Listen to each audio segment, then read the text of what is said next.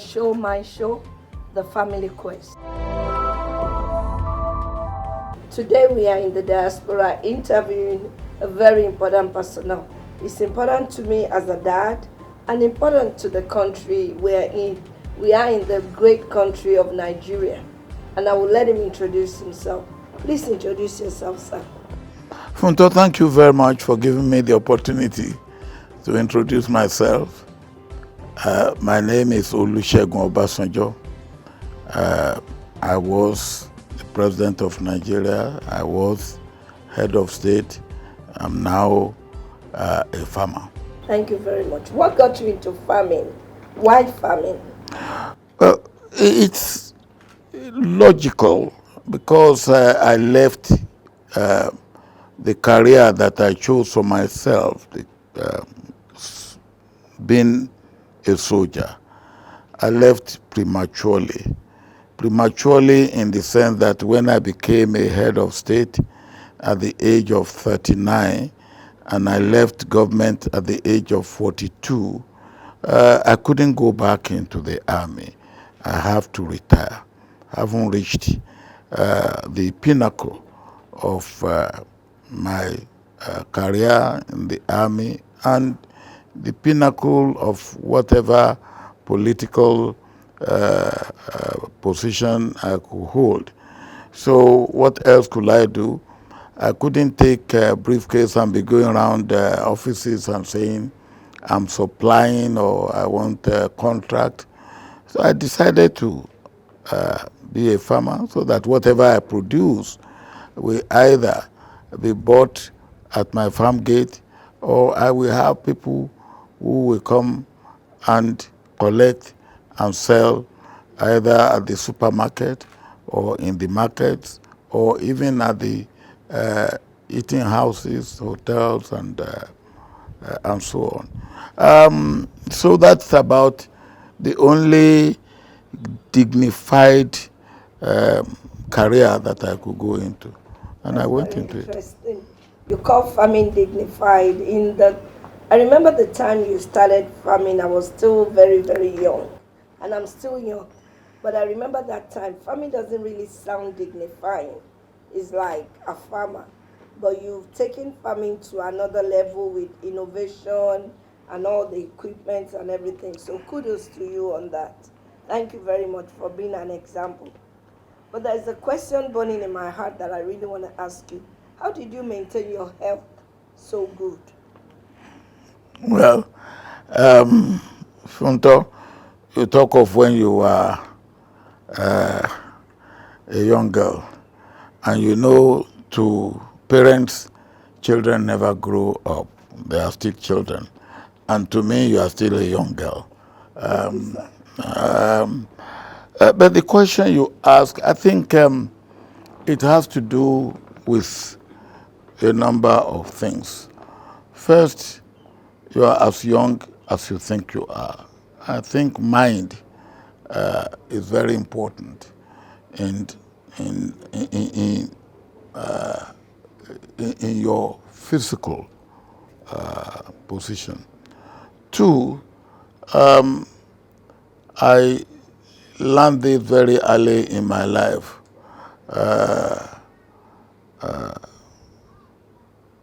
What is diet, rest, and exercise. I watch what I eat, especially since I've been diagnosed diabetic more than 30 years ago. I have to watch very, very carefully what I eat.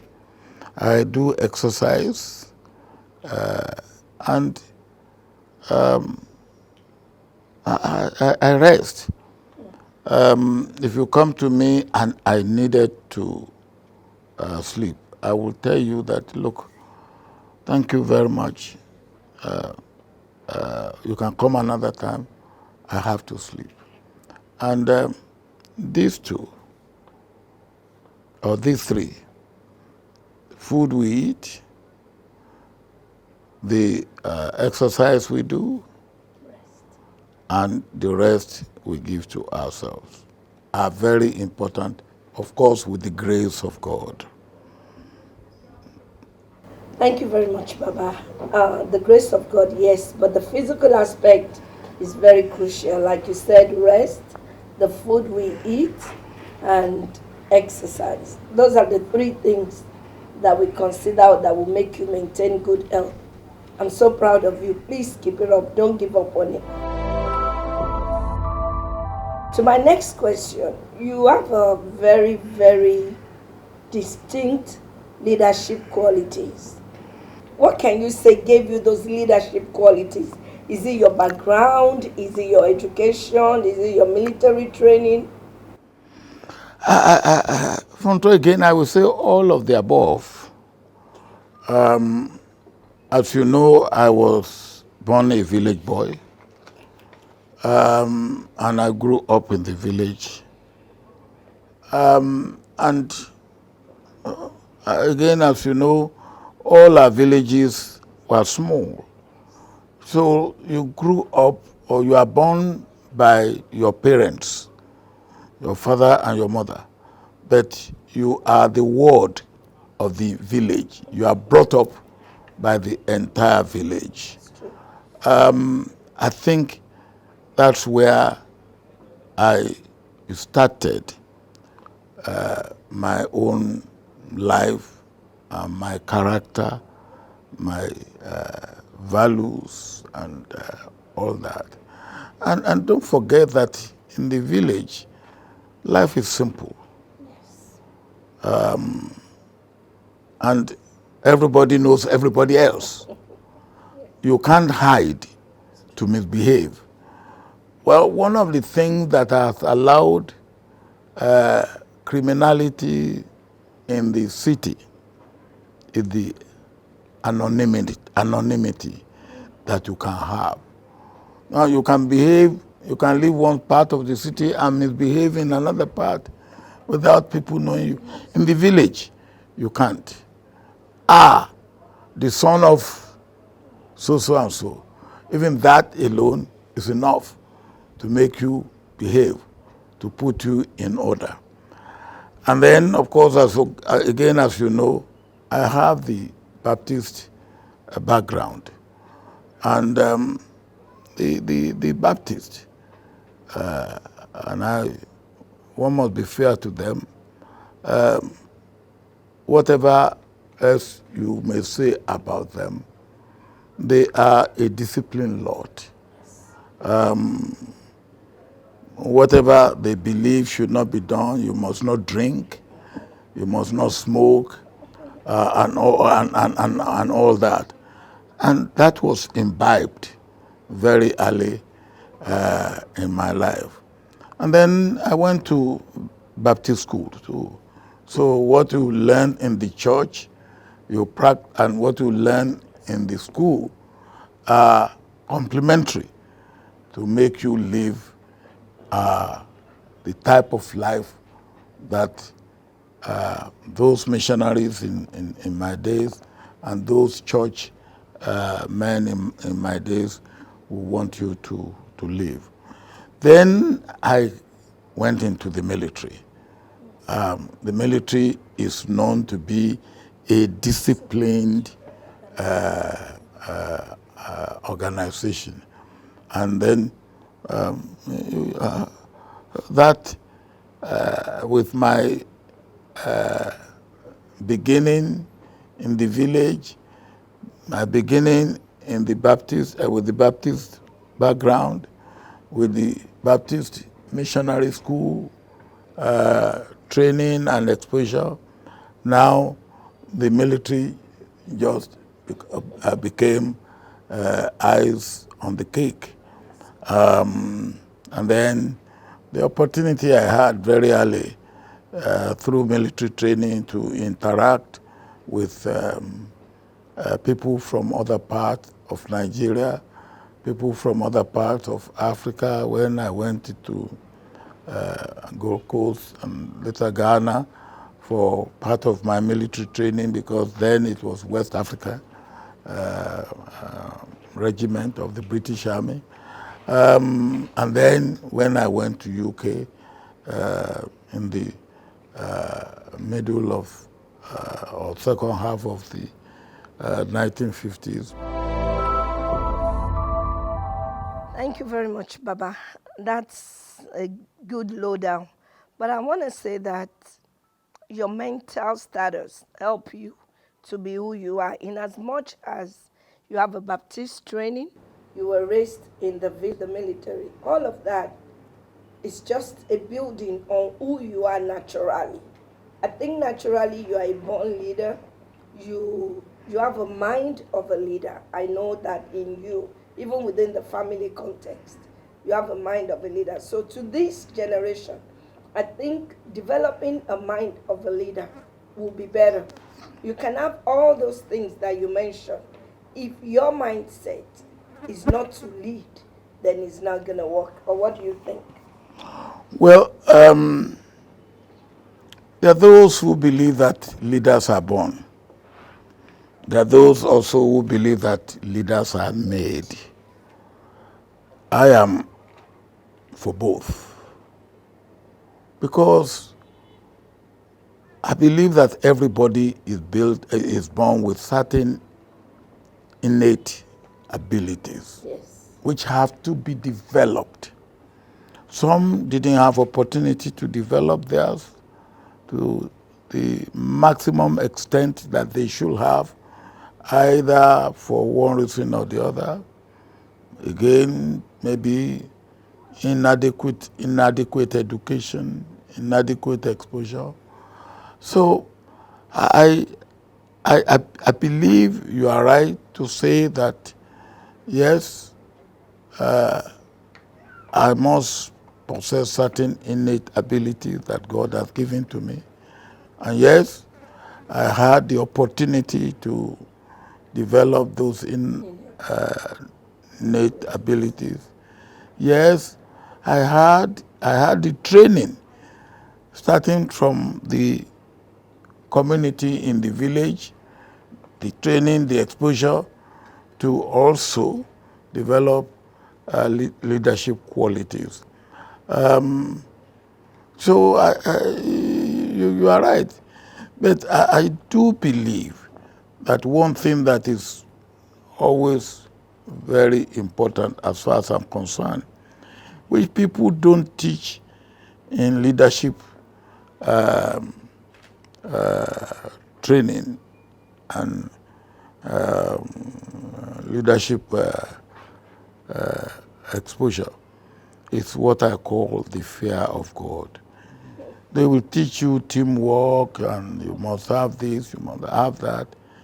But any leader who does not have the fear of God in him will not achieve as much as he should.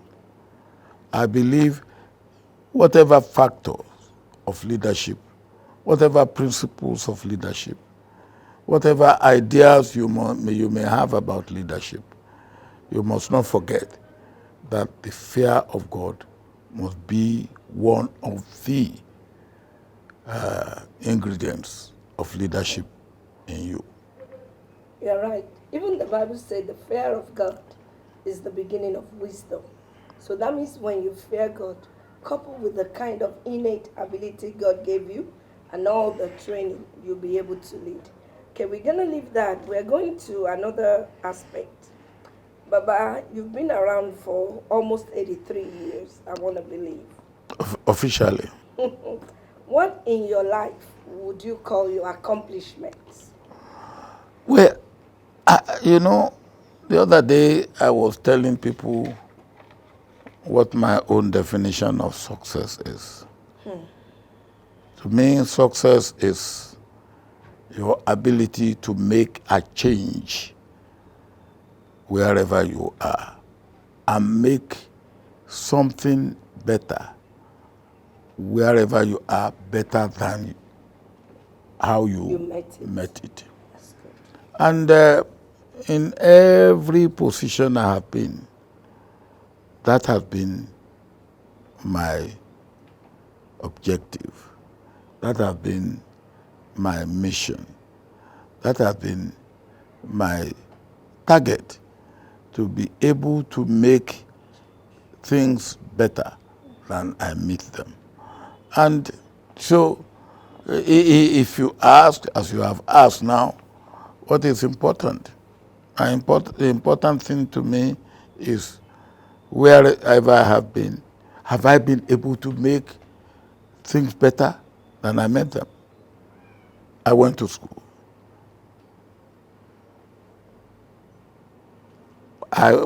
Was I able to make things better than I made them when I was in school? By being the first throughout my school life. Wow. I think I can claim to say, yes, I tried to make things better. I went into the military, and one of the reports I had was that I was the best Commonwealth officer on the course.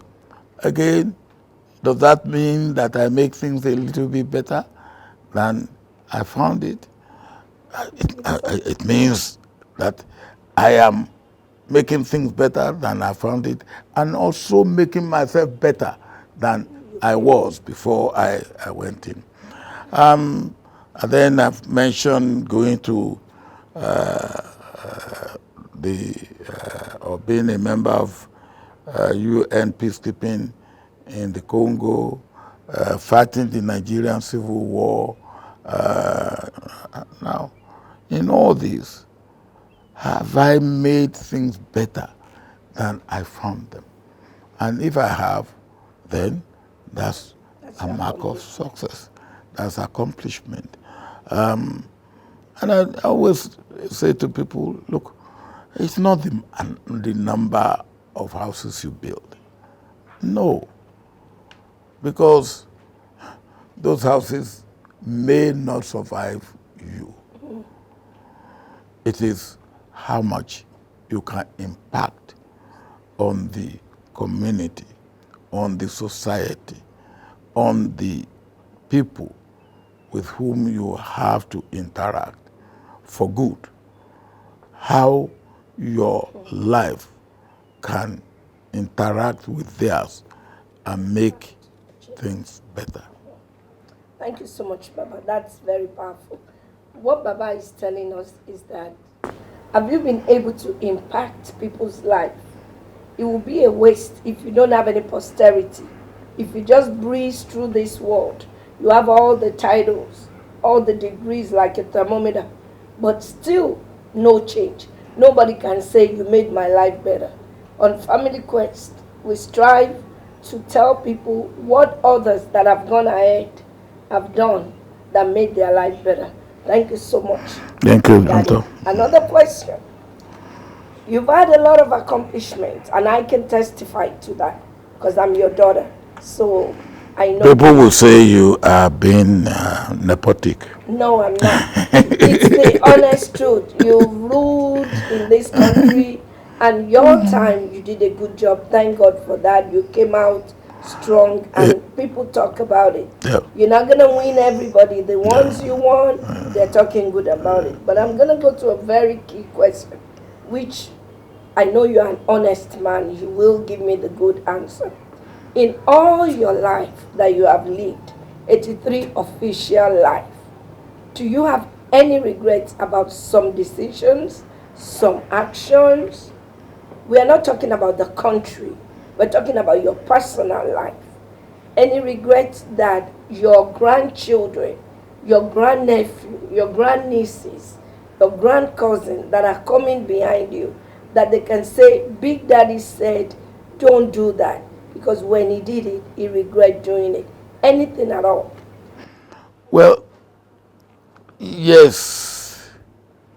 I've always said that there are certain things you do as you move on in life, and with the benefit of hindsight, as you progress in life, you wonder, could you have done it Better. differently. And personally, I believe that there are things in my family life that I could have handled differently. For instance, while I was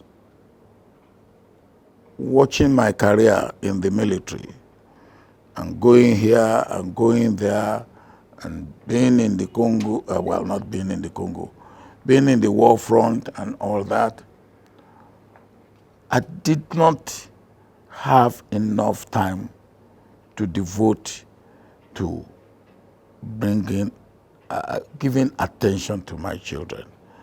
I always say that to them. I've explained, and I believe they understand that could I have done it differently? Maybe, maybe not. But in personal life, of course, again, you do things and you come back later. But I must say that my children have been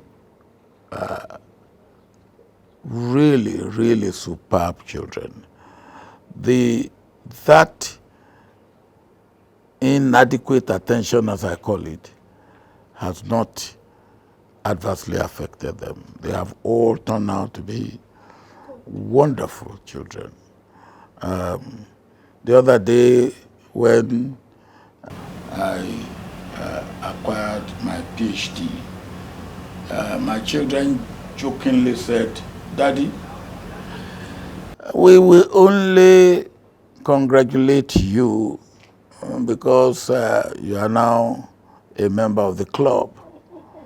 Because 8 of us have got PhD before you, and you are only number 9.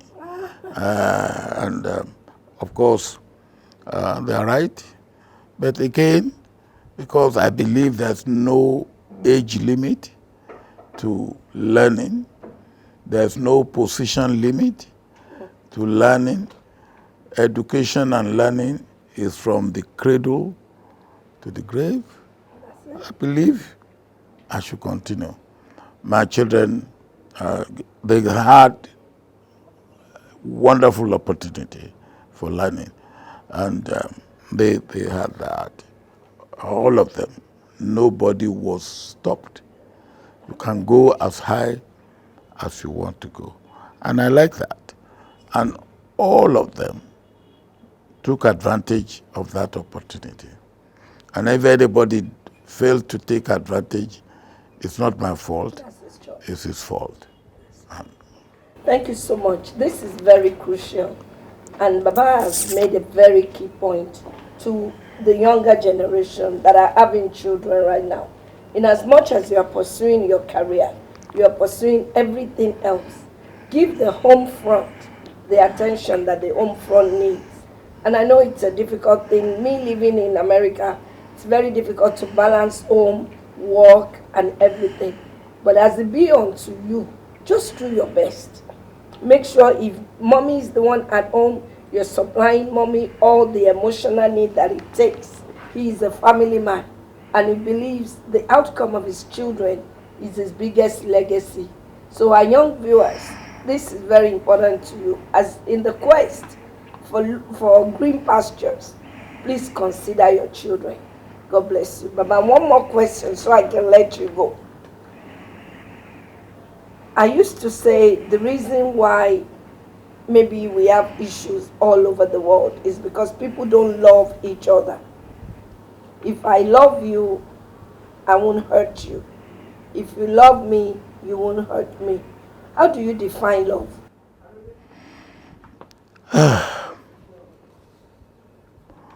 There are many things that must go with love. Love doesn't stand alone. Love must go with understanding. Love must go with knowledge. Love must go with appreciation. Now, love must go with consideration of other people.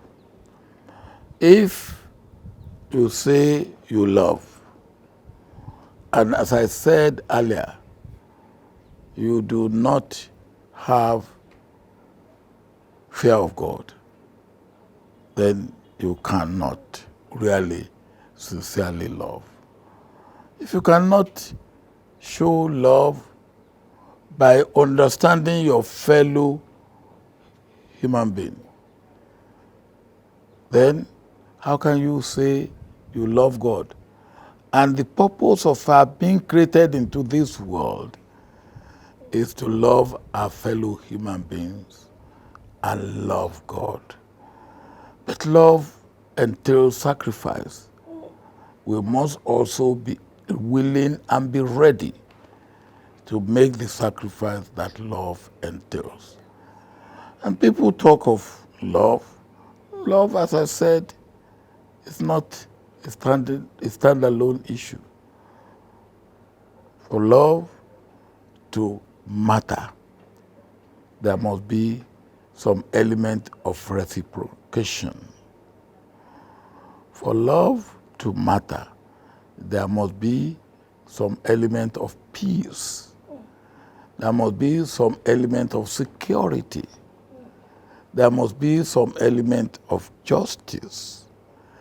There must be some element of equity. Now, there must be compassion. There must also be forgiveness. Because if you are human beings and you are interacting, it's like the interaction in an engine, the piston and all that. And what do you do for the engine to move smoothly? You oil it. Love, forgiveness, compassion, equity, understanding, these are ingredients that you can regard as oil or the oiling system in the human relationship. And when you take the story of the Good Samaritan in the Bible, I think that is poignantly clear. You see the man who needs something, and you didn't go by. You make sure that you give what you are able to give to the man or the woman in need. In need. And everywhere around you, there are people who are in need. Everywhere around you. And as you rightly said, love is very well put in 1 Corinthians chapter 13, verse 13, what I call the virtues of love. And if we go for those virtues, as you rightly said, we will have a new world. A new world. A world where I care and you care. Where I share and you share. Where I feel concern and you feel concern. A world where, as the Bible says, do unto others as you will want them to do unto you. That again is the foundation of love. Thank you. Thank you so much, Baba. It's been a pleasure. I took over 30 minutes of your precious time, and I want to say thank you. I'm really, really honored for you to honor this invitation. Not because I make trouble like you think, but because you love me. So you demonstrated love. So on behalf of Family Quest, I want to present you this golden pen. Thank you so much, Baba. Thank you. God bless you. Thank you. Ẹ ṣé gan sir.